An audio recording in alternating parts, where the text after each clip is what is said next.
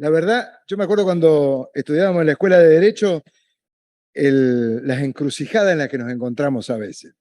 Y este expediente de la señora Toujas es una usuaria del Servicio Público de Electricidad que, fruto de una denuncia de un señor que se dice propietario de un juicio de desalojo y algunas argumentaciones más, logró convencer a la empresa de energía eléctrica y al ente regulador que le sacaran el medidor por alguna razón que nosotros desconocemos. Y yo digo lo de la encrucijada porque creo que en este recinto se amerita una pequeña consideración respecto de este proyecto, que tuvo una discusión en la Comisión de Derechos y Garantías que me toca presidir y no logramos ponernos de acuerdo. Entonces hubo dos despachos, este que está en consideración y otro en minoría, en donde el despacho en mayoría logra poner en este recinto el tratamiento del mismo.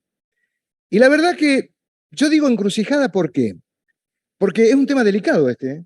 No es el tema de la señora Toujas, es el problema de la señora Toujas y miles de usuarios y consumidores que son usuarios y consumidores de servicio público de electricidad, de gas, de transporte público, de energía eléctrica, de acceso a la red de Internet.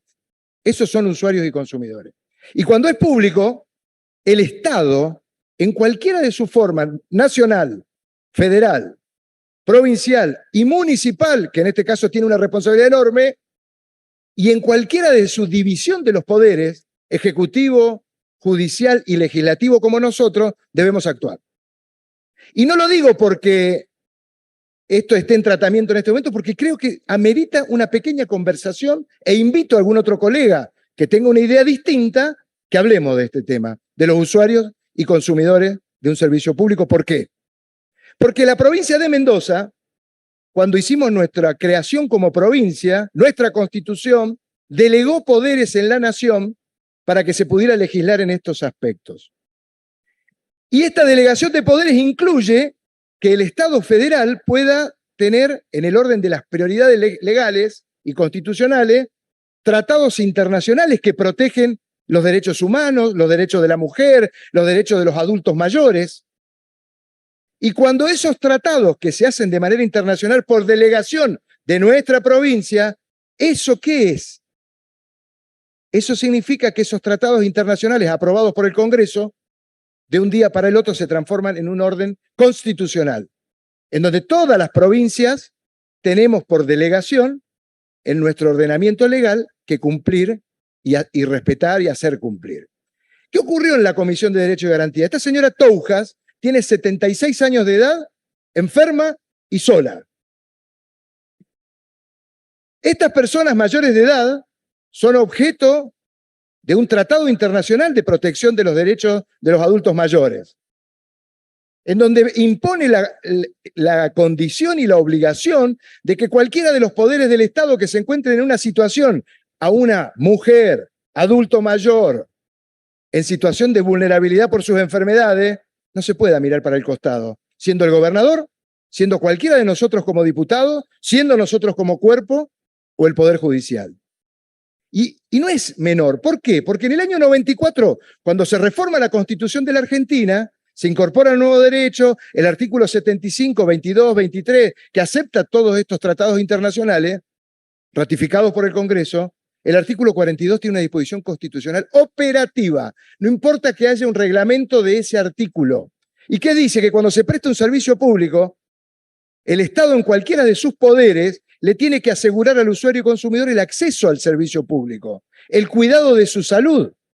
Le tiene que proveer toda la información adecuada, veraz, clara, precisa, para que sepa qué es lo que está utilizando y por sobre todas las cosas, asegurar y proteger el interés económico del usuario y consumidor. No es menor. Y hay más. En el 2015, de todas las fuerzas políticas que estamos representados acá, se modificó el Código Civil de la Nación, en donde se avanzó en temas tales como la tutela preventiva, la tutela inhibitoria. ¿Qué significa eso? Que cualquier persona, me tomé el tiempo, no lo voy a leer porque no quiero tomar demasiado tiempo, desde el artículo 17.10 en adelante del Código Civil, claramente dice el deber de prevención que tiene toda persona cuando existe una situación de vulnerabilidad que pueda evitar un daño y que de estar produciéndose se tenga que parar. Y esa no es una obligación solo para el Poder Judicial. Se lo impone el Poder Ejecutivo, al gobernador de la provincia, al ente regulador, a la legislatura, a cada uno de nosotros como diputados, el deber de prevenir el daño. Fíjense todo el complejo dispositivo legal, constitucional e internacional que rige para proteger el interés económico de miles de ciudadanos que están acá, fuera de acá, y que nos están pidiendo a grito en muchas circunstancias que estemos conectados con la realidad de lo que ocurre en nuestra sociedad. Este expediente no es el expediente de la señora Toujas. Este es el expediente donde la señora Toujas fue al municipio de la capital y el intendente, yo les aseguro que si lo llamamos por teléfono no tiene idea de qué está pasando con esto. Y fíjense lo que es la diferencia y entran los temas políticos. Me tocó por la actividad como movilizador, parte de una ONG, ir a distintos departamentos. En el departamento de San Rafael, una mujer en esta circunstancia le habían sacado el medidor de gas. Creo que el intendente de San Rafael fue de manera personal a lograr que un profesional adecuara la instalación. Eso es tener un intendente del Estado que está entendiendo de qué trata esta situación de los usuarios y consumidores. Este intendente de la capital ni se enteró de la situación.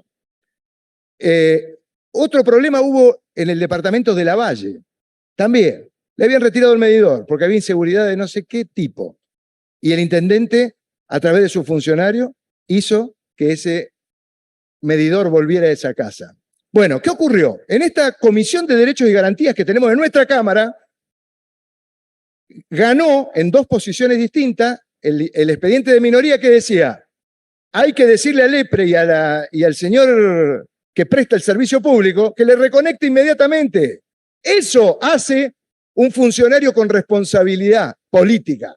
Le llama al señor subordinado, proveedor del servicio público, le dice: señor, conéctelo. ¿Saben por qué? Porque no hay reglamento, ni ley, ni constitución de la provincia que esté por encima de los tratados internacionales, de la Constitución de la Nación y de la protección de los usuarios y consumidores cuando es de un servicio público. No es menor. Pero el talero de los votos nos ganó.